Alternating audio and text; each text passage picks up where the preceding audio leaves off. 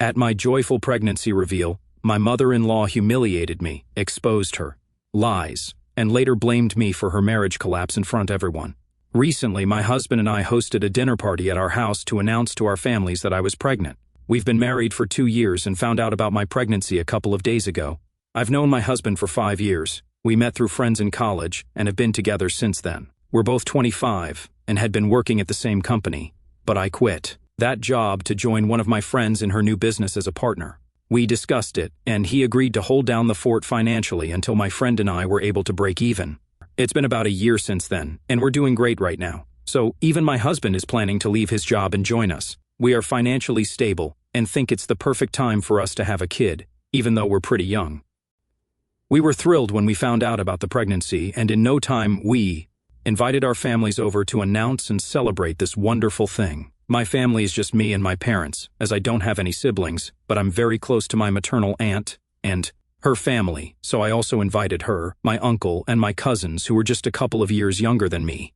That's my family, but my husband's family is a little more connected, so he had a lot of guests. Of course, his parents were invited as well as his maternal uncle and his family, his mom's uncle, and his maternal grandparents too. He told me his sister wouldn't be able to make it because she's too sick. But we all know she's just too busy with the bottle to visit us. His sister is a bit of a mess, and has been ever since her divorce last year. She lost her job a couple of months ago, and has been living with her parents since then. She doesn't even look for anything new. All she does is drink and sleep.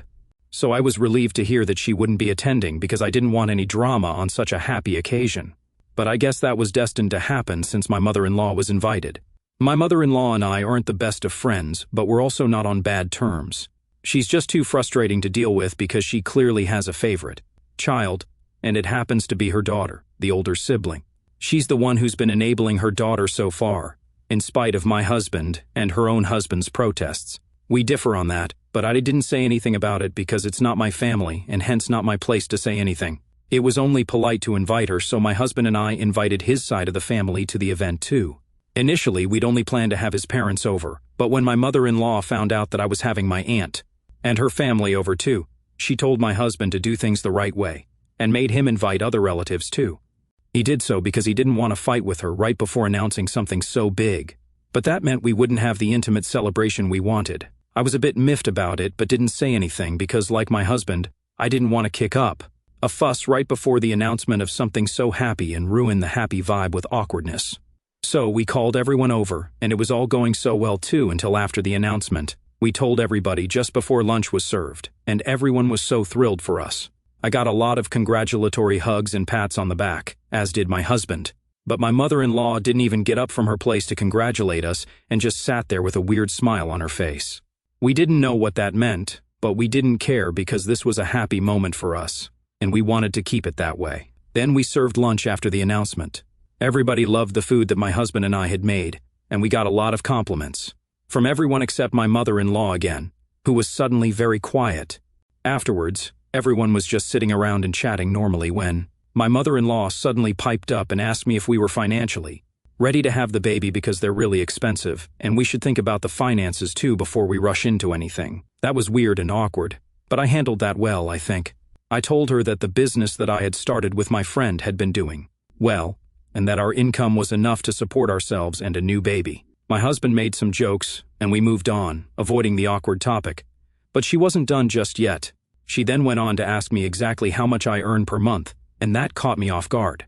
I'm not one to shy away from discussing finances when it comes to it, but this was neither the time nor the place to be discussing stuff like this, and I didn't know why she kept bringing that up. I told her that I wasn't comfortable discussing my finances in front of the entire family and that if she was really that concerned, we could speak in private. After that, she brought up something totally irrelevant that had happened a couple of weeks back and put me on the spot. 3 weeks ago, my mother-in-law called me up out of the blue while my husband was out with his friends. She doesn't usually call me unless it's to ask about my husband, but that day she told me she wanted to meet me a little, and I agreed because I thought it would be a good bonding opportunity for us. She went on and on about her deadbeat daughter and how much of a struggle it had become for her to take care of an adult without any financial help from her. She complained about her daughter and her drinking problem, the fact that she wasn't even trying to find a job and was relying on her parents for a home and food when she was almost 30 now. Then she complained about how this was eating into her and her husband's savings, and she couldn't go on like this anymore. I sympathized with her and told her I understood where she was coming from, but after some time she abruptly ended the call, told me that she needed to go, and just hung up without even saying goodbye. I thought it was weird, but didn't think much of it and forgot about it after a while.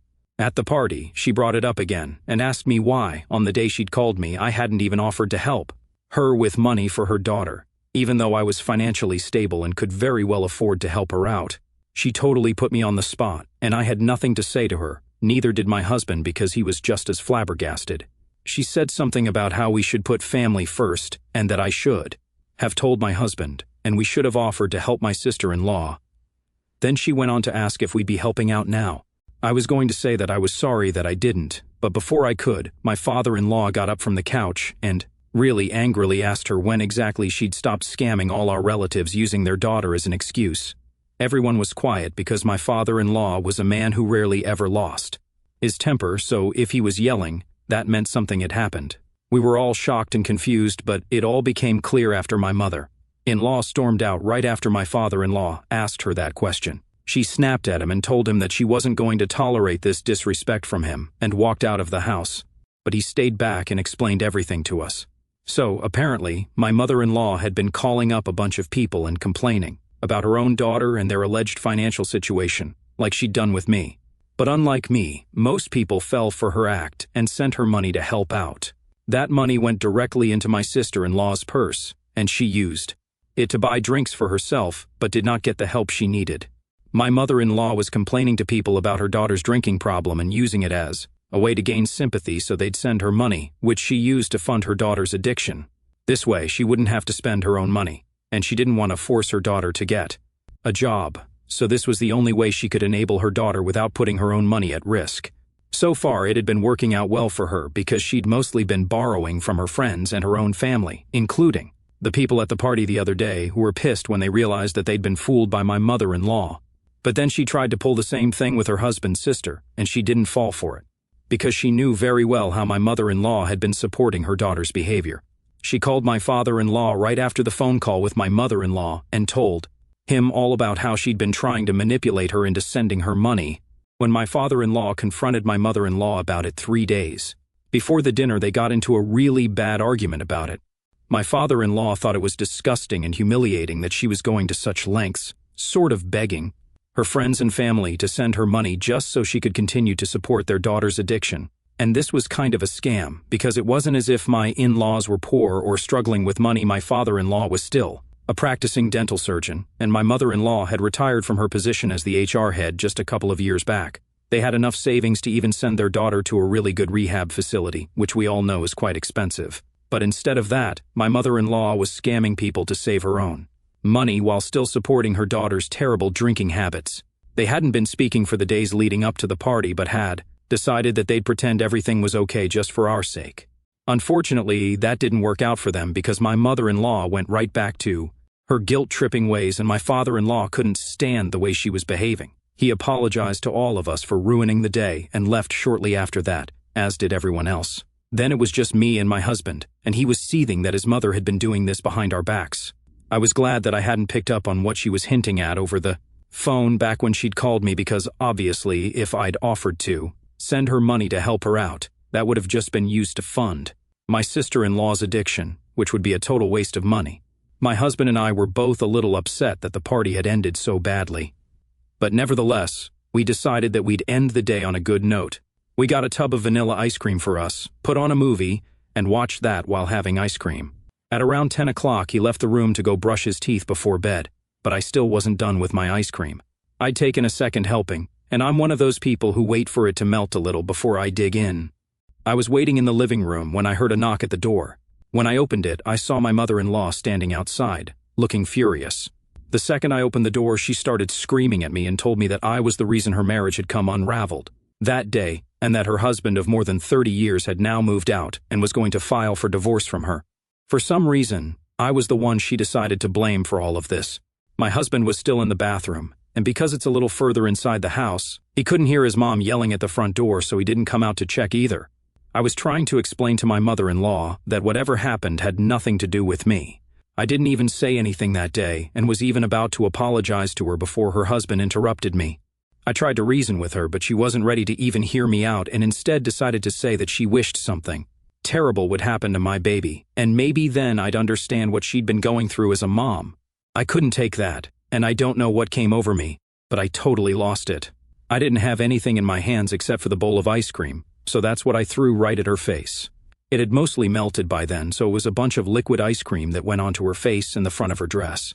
I had enough self-control not to throw the bowl because that would have seriously injured her, and she probably would have sued me for that.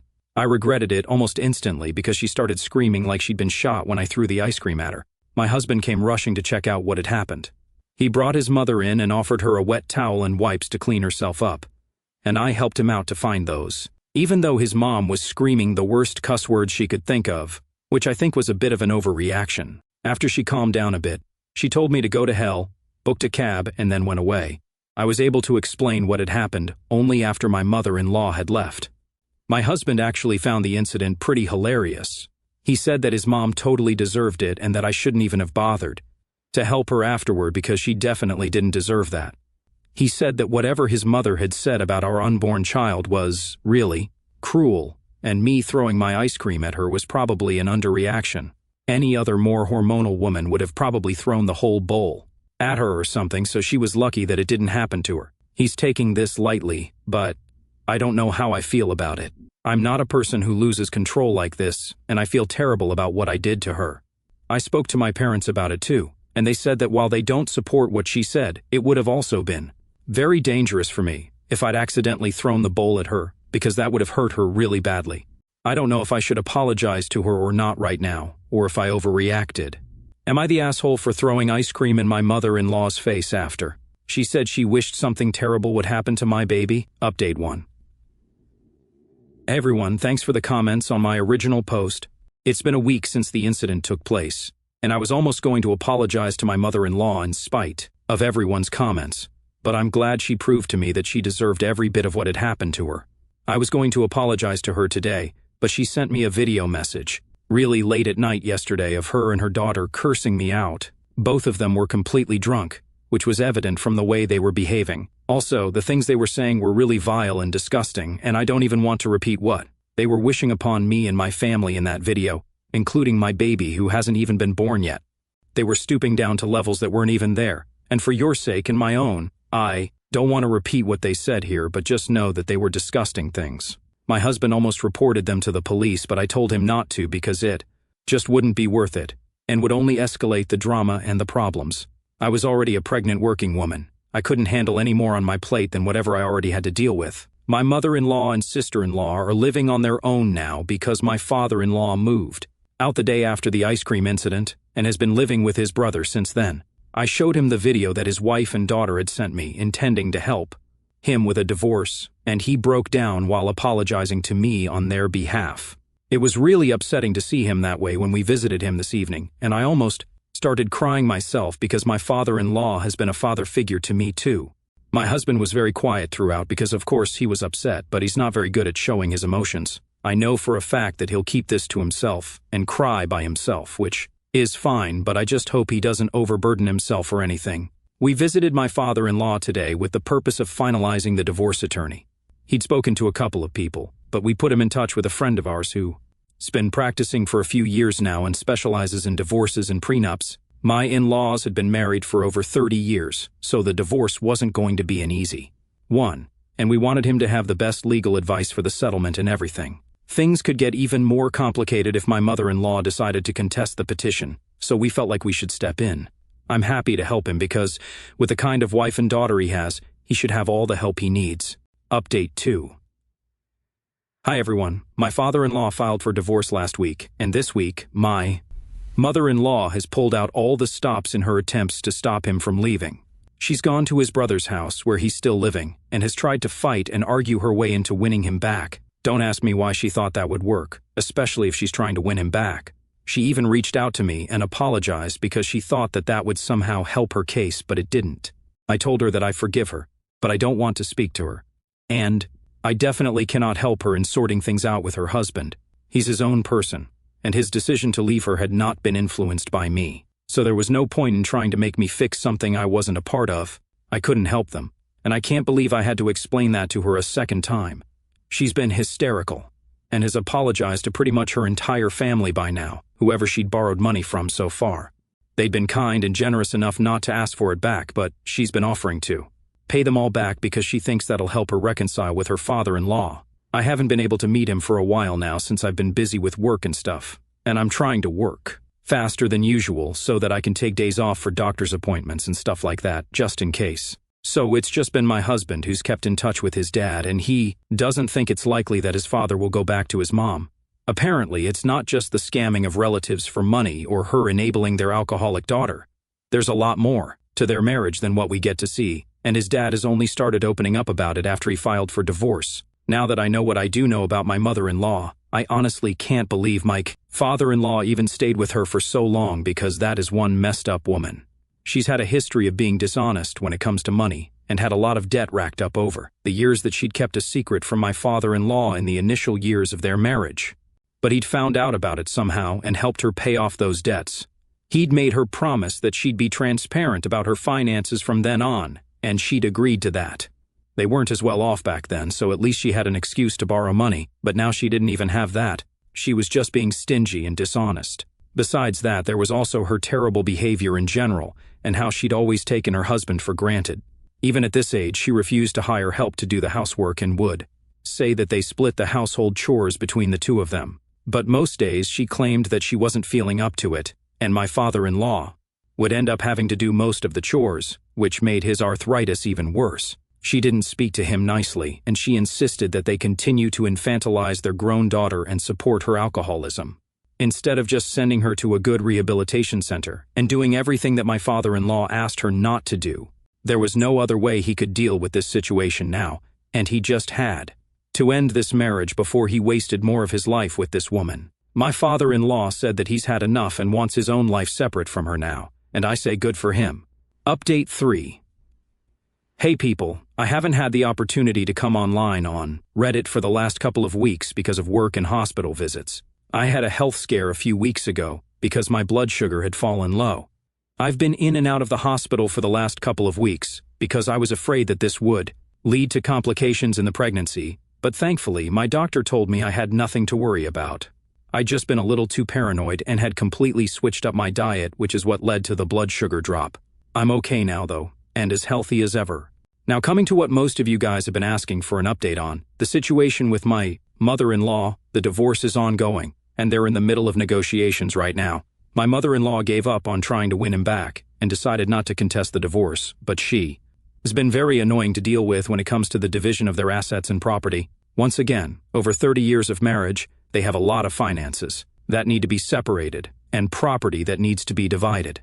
The main bone of contention right now between them is the house that they've been living in. My father-in-law's proposition is very fair and reasonable, that they sell the house and split the money. That's how they purchased the house in the beginning.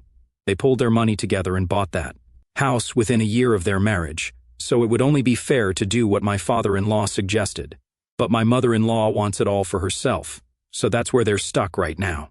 But I don't think she's going to get her way, and even if she does, my father-in-law already has enough money to retire and live his life comfortably. My mother-in-law cannot afford that luxury because she has to pay back the people she'd borrowed money from, which only seems fair because she had promised to do that when she was trying to get back with her husband. My husband has cut all ties with his mother and sister, as have I. They haven't tried to get back in touch with us either. And I don't think they will, given the circumstances and how we've openly been supporting my husband's dad in this. He's always been closer to his father anyway, so this is no big surprise to her at all. Either way, I'm just keeping my fingers crossed that we have good news to share about the divorce in a few weeks. As I sit down to reflect on everything that's happened, I feel a whirlwind of emotions that's hard to put into words. This pregnancy was supposed to be a joyous milestone, a moment to cherish with my husband and our families, but instead it's been overshadowed by so much drama and hurt. I'm thrilled about the baby, don't get me wrong. Every time I think about the little life growing inside me, I feel this warm, hopeful glow. But then I remember my mother-in-law's cruel words, her accusations, and that awful video she sent with my sister-in-law, and it's like a dark cloud settles over me. I feel betrayed, not just by her but by the idea that family could stoop so low I've always tried to keep the peace, to be polite and understanding, but her wishing harm on my unborn child cut deeper than I can explain. Throwing that ice cream was so out of character for me, and I'm still torn between guilt for losing control and a strange sense of satisfaction that I stood up for myself. I'm also heartbroken for my father-in-law. Seeing him break down when I showed him that video was gut-wrenching.